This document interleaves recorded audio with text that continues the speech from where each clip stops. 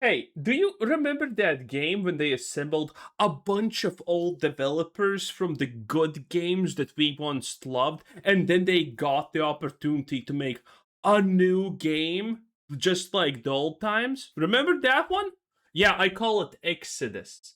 I call it Dragon Age the Veil God. So many examples of these people completely destroying their legacies. Honestly, when was the last time a bunch of developers from 25 years ago came together, worked on a project, and didn't make one of the wokest pieces of garbage that you have ever seen in your life? I don't think that has happened. And now Bethesda is officially assembling what can only be described as the greatest disappointment in gaming history. Bethesda's Fallout 5 and Bethesda's The Elder Scrolls 6 is gonna be legendary levels of trash, of wokeness, and disappointment. They are digging up pretty much corpses at this point and putting them in charge of the games they are gonna be making. My god, it is getting wild. I have absolutely no hope for these old school developers who once made a game that people loved, and now somehow magically 20, 30 years later they're gonna make the new thing that's gonna be amazing. And we're just supposed to ignore that in those 20, 30 years they made garbage like Dragon Age the Railguard and whatnot. Dude, the hope that Elder Scrolls 6 is gonna be even close to a playable game is off the charts. We are gonna see. We are gonna see legitimately games from Bethesda that make Starfield look like the perfect experience very soon. And I can't wait. I want Bethesda to burn because that's what they deserve. Today we are gathering to talk about, to be honest with you, one of many ex-Bethesda developers. Ever since Xbox bought Bethesda, it's been a bloodbath beneath that banner. However, this particular group of developers I thought was scattered to the wind. So I found this news not only incredibly exciting, but something I wanted to pass on to all of you. Let's start off here.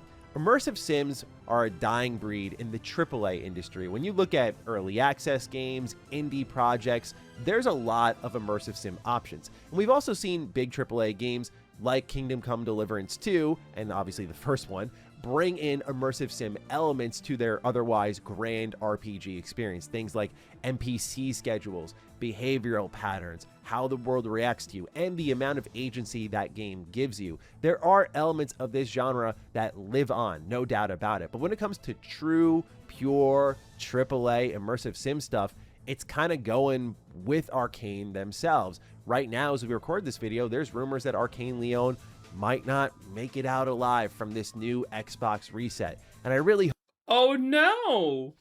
That would be such a tragedy, don't you think? hope that's not the case. But when you see how they're working on a Blade game and this new Marvel Blade movie just got shut down, We're talking about a Blade game where the concept of killing vampires is just like a side thing that happens. Because, I mean, obviously, Blade's just not about killing vampires, right? Right? No one wants Blade killing vampires. That's probably some kind of racism, okay? That's bad.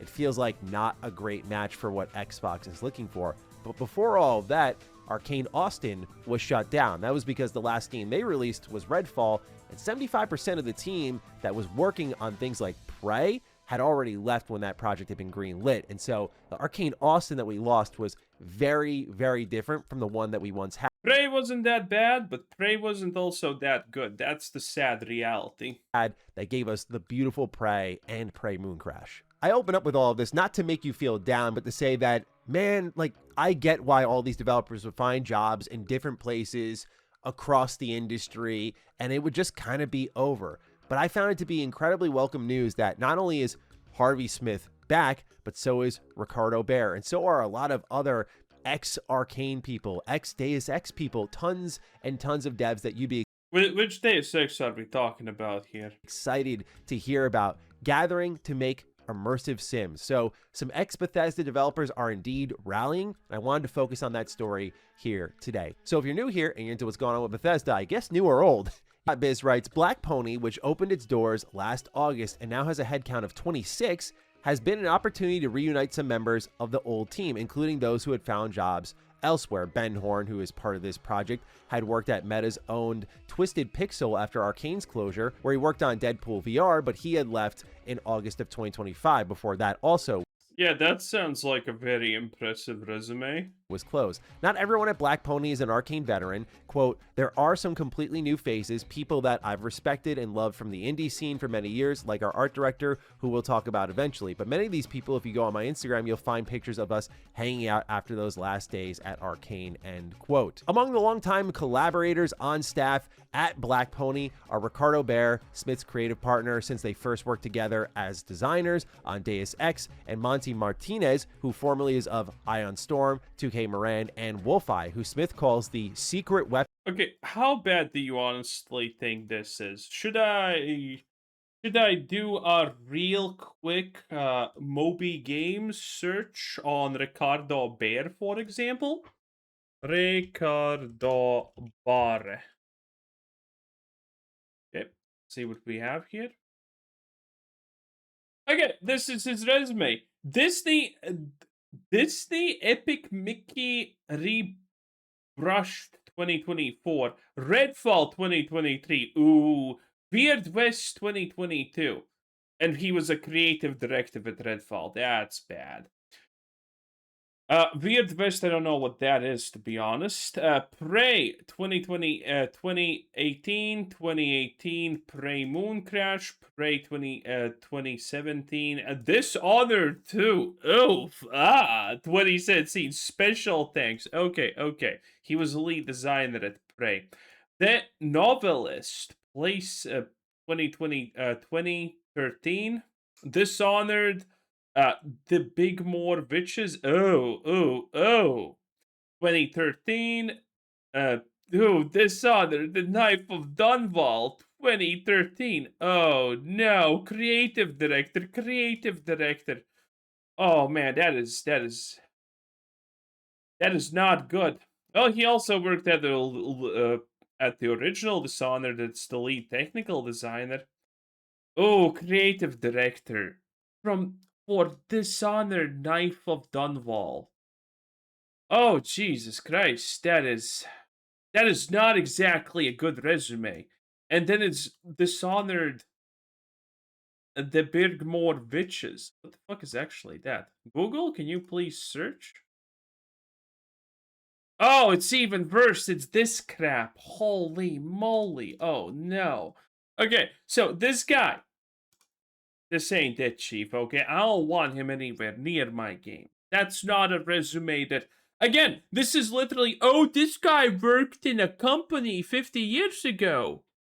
Yeah, he's definitely... But what why don't...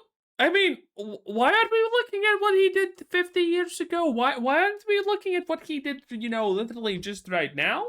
Because that right now looks sus and bad. Yeah, this is not the good look.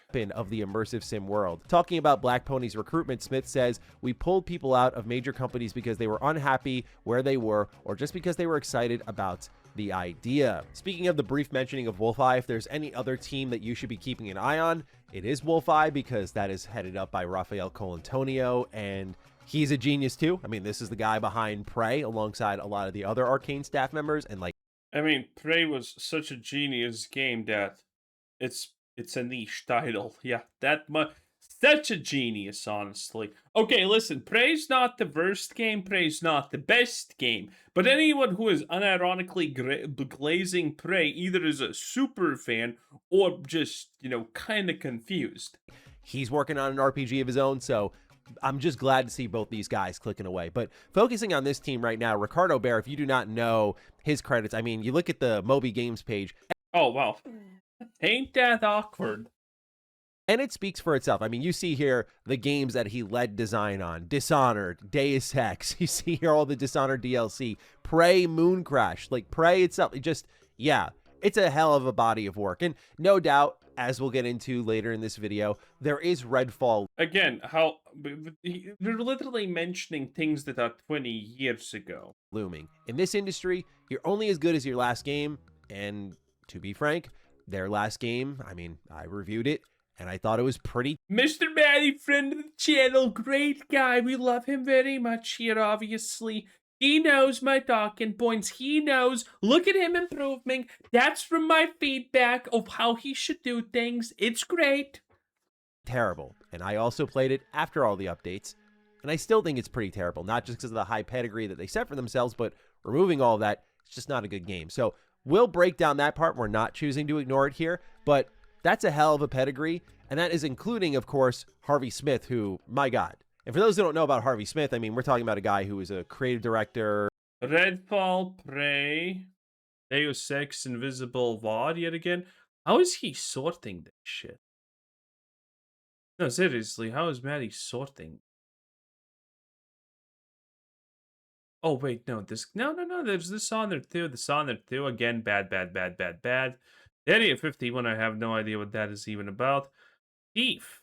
Okay, that's something, again, old stuff, good. New stuff, bad. Lead designer on games like Dishonored, Dishonored 2, which Dishonored 2 to me is one of the... And also, a telltale sign here that something is definitely wrong is the fact that, these guys suck because they're not in leading positions when they did the good stuff. And when the bad games come, they are in, creative director positions and whatnot. They don't have supervision. Most of these people have the same problem. When they worked under someone, it worked out. But now that they have creative freedom over things, I mean, it's a disaster. 2, which Dishonored 2 to me is one of the craziest, most dynamic games that you can play on a modern console. He helped write all these things. Like, he was very invested in Dishonored, and to me, like, that is the best thing, hands down, bar none, that Arcane has done. And so he was just deeply involved in that. He was also a lead designer on Deus Ex, which speaks for itself. But again, once more, Redfall studio director.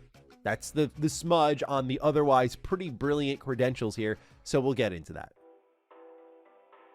This becomes all the more significant when you consider a recent move that just happened. Warren Spector announced on his LinkedIn profile that he's retiring, and many people know this is like the godfather of the immersive sim genre. For him to be bowing out, I mean, it's a big deal. And we're gradually losing a lot of luminaries in our industry. And while we're seeing the rise of many others, I think of Guillaume Broche at Sandfall Interactive as one, definitely we're losing a lot of great talent here. Whether it's losses like Glenn Schofield retiring, Warren Spector retiring, or otherwise the loss of Vince Zampella, who still had so much left to give us. So I know with these legacy studios, they should always be viewed with some skepticism. It's like a secret sauce. There's a lot that goes into making those teams great. The leaders are always a big part of it, but it's also the talent that rests beneath them. And so I understand the skepticism, but when I see luminaries hanging around, I take it as extremely welcome news, especially in today's industry where it's very hard to get funding from anyone, in today's industry where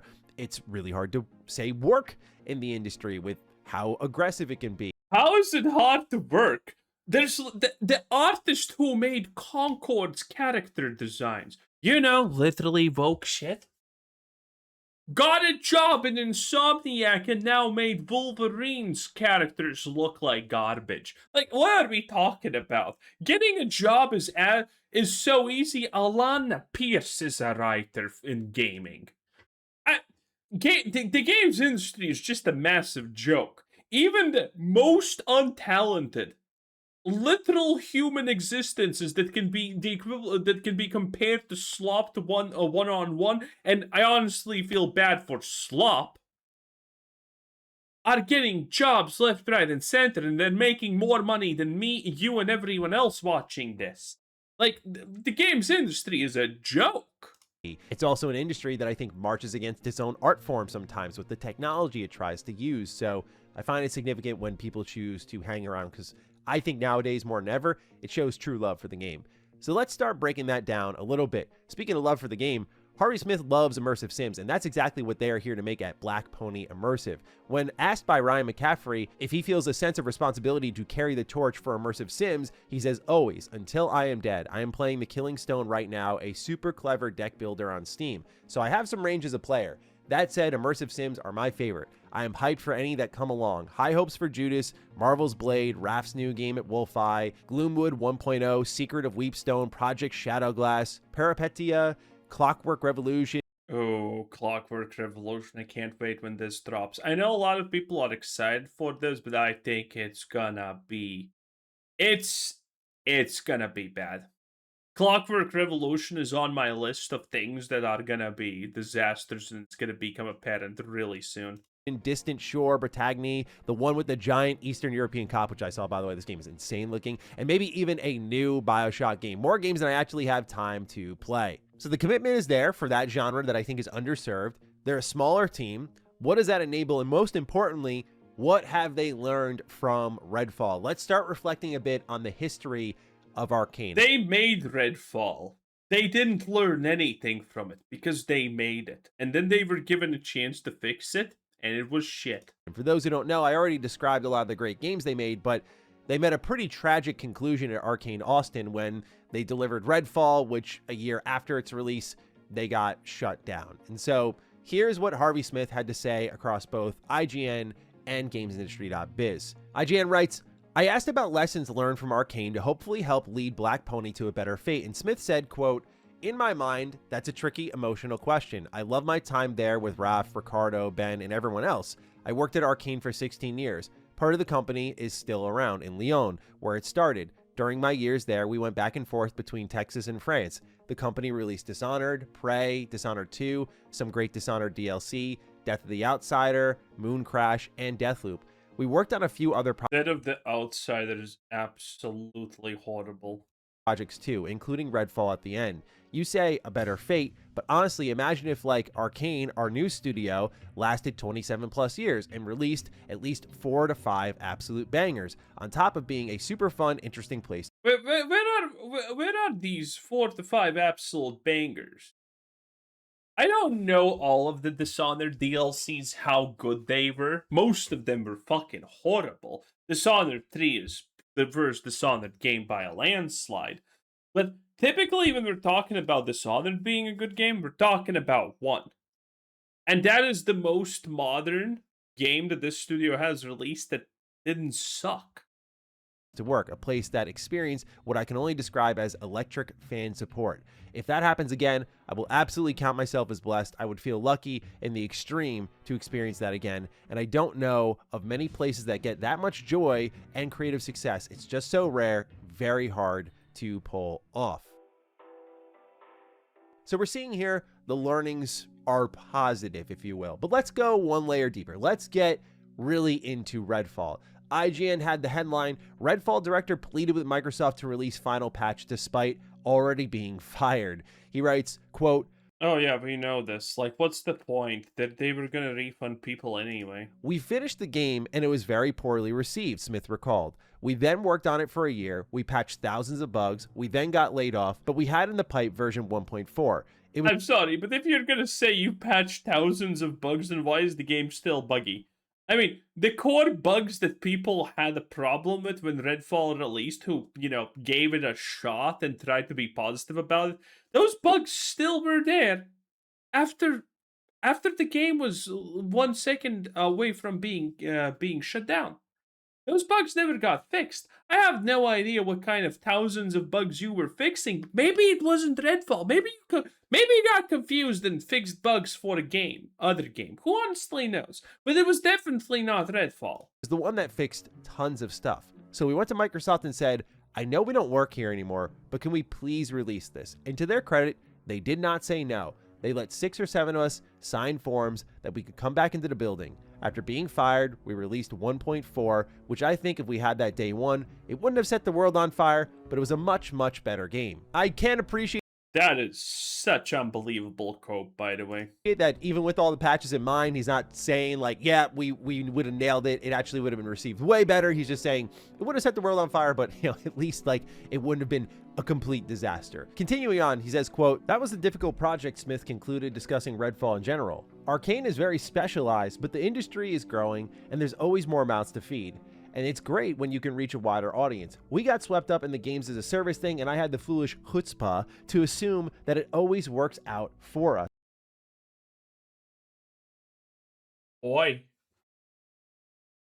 We can do this. We can take what we love and mix it with games as a service and do different mechanics by day and night and have character classes. Then, in the middle of all of that, COVID happened. End quote. So what I'm seeing here are some important reflections of like, yeah, it was a difficult project. I think we all knew that based on just the state of the game that didn't really come out particularly finished here, but also the ownership of like getting swept up into something that didn't really match the studio's DNA here, something that Bethesda themselves is guilty of across many of their IP, from Fallout to Wolfenstein, and including devs like Arcane being thrust into the games as a service beast to chase something that feels like a Was Wolfenstein a game as a service? I just think it was garbage. waning genre unless you had like a heavy hitter. And by waning, I don't mean in the terms of money made, let's be honest with ourselves. I mean more so in just your ability to crack through. Like, it was already difficult back then, and it's why it was foolish to go for it back then. Even more so foolish now. Still, I respect the ownership of it all, the reflection of it all. So what's different here? Well, gamesindustry.biz got a little bit more of an answer on that. They write, if there's any silver lining to be taken from Arcane Austin's closure, Smith says it's this: